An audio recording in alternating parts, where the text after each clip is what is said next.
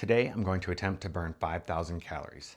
I'm going to use my Apple Watch to track it, and I have until the end of the day to burn all 5,000 calories, and if I don't, my wife Rachel gets to go on a $500 shopping spree. I have to burn 5,000 calories before midnight, or this is yours. Not yet. Give me that.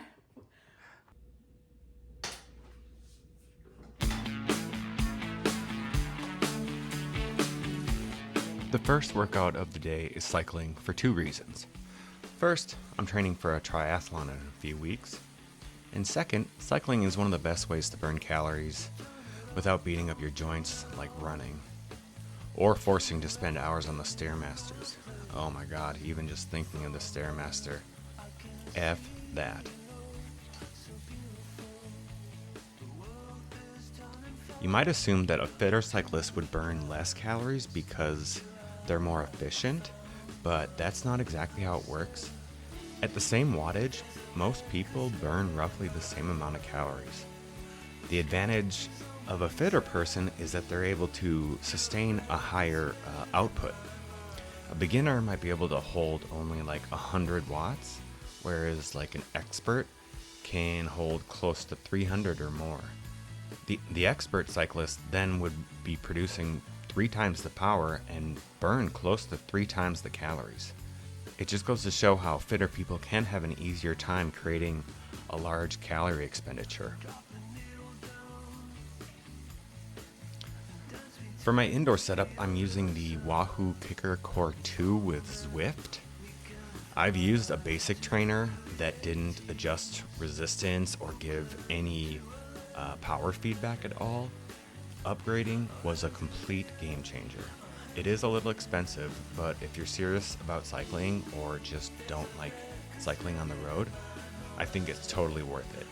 I've talked to triathletes before, and they say that road cycling and getting hit by a car, it's not a matter of when, but if. Is that statistically true? Probably not. Is that keeping me safe in my basement? Absolutely. Getting hit by a car, that's gonna be a no for me, dog. I ended up cycling for just over an hour, burning 721 calories total, which brought me to 867 for the day.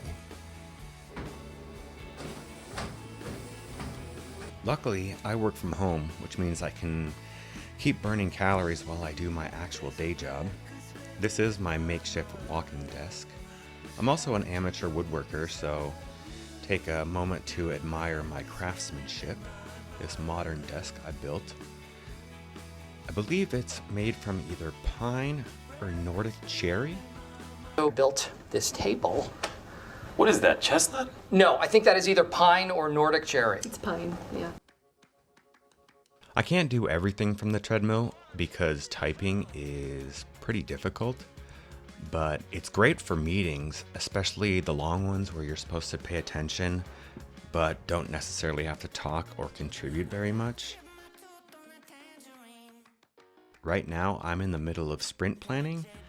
Any software developers out there can empathize with just how bad this is. 3 hours on a treadmill and sprint planning.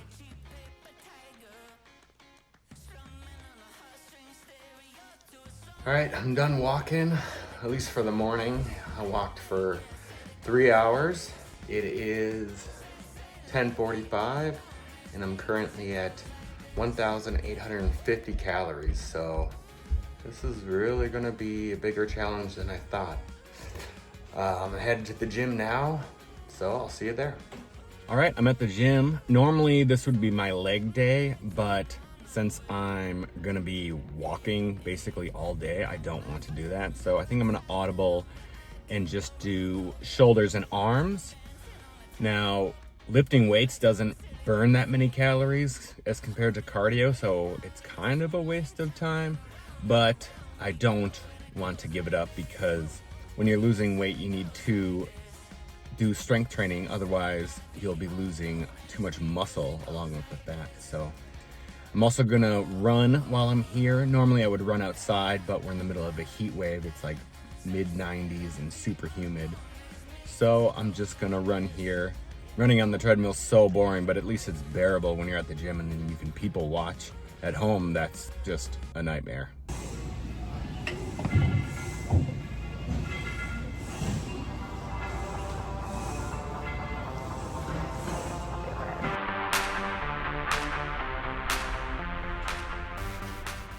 Filming yourself at the gym is super awkward. Every time I set up the camera, I feel like the biggest idiot. But filming your workouts can actually be super useful. While reviewing the footage, I noticed that my range of motion on my tricep extensions was laughably bad.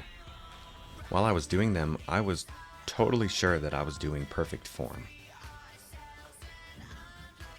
So if you don't have a gym partner, setting up your phone to record a couple reps can be super helpful. Especially if you're obsessive enough to watch Dr. Mike Israetel explain proper technique, deep stretches, and controlling the eccentric.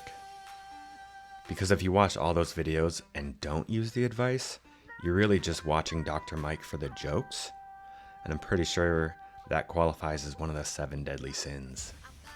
Hi everyone, I'm Henry Cavill and I play Jesus Geralt Christ. Rivia in You know, I wake up every day and I tell myself I'm the straightest man that's ever been born, and it's all lies. Henry Cavill, my God, man. I don't even know what my name is.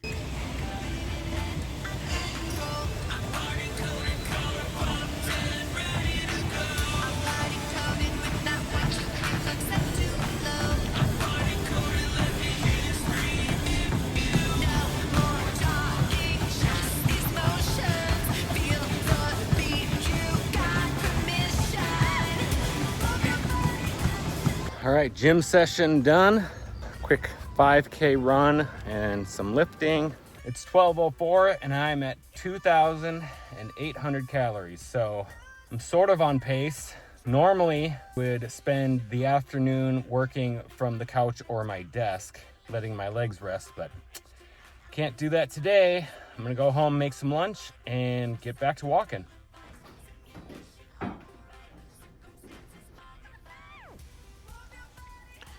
One thing that is super frustrating when you're working from a treadmill is that the numbers the treadmill shows versus what your watch records are way off. The treadmill will show what I assume is the accurate distance you're walking, but since you're typing and your hand isn't moving, what your watch records is way less. You might walk 3 miles and your watch only records 1.7, which I know you actually did walk the 3 miles, but if you're like me and doing a workout that doesn't get tracked feels like you didn't even do that workout, as irrational as that is, drives me nuts. I ran a marathon when I was 20, back before Apple Watches and Whoop bands and all these other fitness trackers. Just thinking of all the workouts I raw dogged with no heart rate monitoring or accurate distance or made up numbers about my perceived effort. What was I doing? Did I even run that marathon? I have no record of it other than the official website and pictures, but I have no Apple Watch workout. It doesn't even count. I ended up walking for another 2 hours and 15 minutes, burning a total of 835 calories, which brings my running total to 3,635. At this point of the day, I was starting to run out of usable hours in the day, and looking at my watch, I knew that I had to do something to close the gap or I wouldn't make it. So I decided to hop on the bike again and crank out some quick calories. It's not that it's too late in the day, it's just that I have other things I need to do in the day. I'm a dad before anything, especially being a YouTuber. So my evening responsibilities prevent me from just walking all day. Luckily, I was able to burn almost another 500 calories on the bike here, which brings my total to 4,132, less than 900 to go. I'm not sure this video is very good for my mental health. I'm enjoying some family time, but in the back of my head, I just keep thinking, I need to go for a walk. I need to get on the bike. Priorities are priorities. Family's number one. Decided to reward myself with some Chipotle. Even sprung for the chips and queso. Oh my god, I love Chipotle. Chipotle is my life. I have like a 15-minute break where I can sneak out and do a walk. It's super hot out. My knees feel very sore and I almost feel like puffy. And I can tell I'm walking very gingerly. I don't know, it's like, it doesn't hurt that bad, but I'm definitely not walking normally. It's really cutting it close between the amount of free time I have left in the day and the amount of calories I need to burn. I have another 15 minutes, so out for another walk. One thing that I find very interesting is my heart rate during the day, you know, just for walking. It seems to show just how exhausted my body is just by my heart rate during a walk. In the beginning of the day, it was in like the 80s, maybe in the 70s. Whereas now it seems to be in the 90s, peaking up over 100 every once in a while. I think that's my body telling me to stop, but I'm in charge and we're gonna keep going. Just finished one more short walk. Finally crossed over 5,000, so I actually did it. My legs are dead. I am absolutely exhausted, so I'm going to go to bed and I will recap this tomorrow. Well, it's the next day. I officially ended the day with 5,259 calories, so I made the goal. My move calories was 3,220, which recorded over 8 hours of exercise and over 37,000 steps.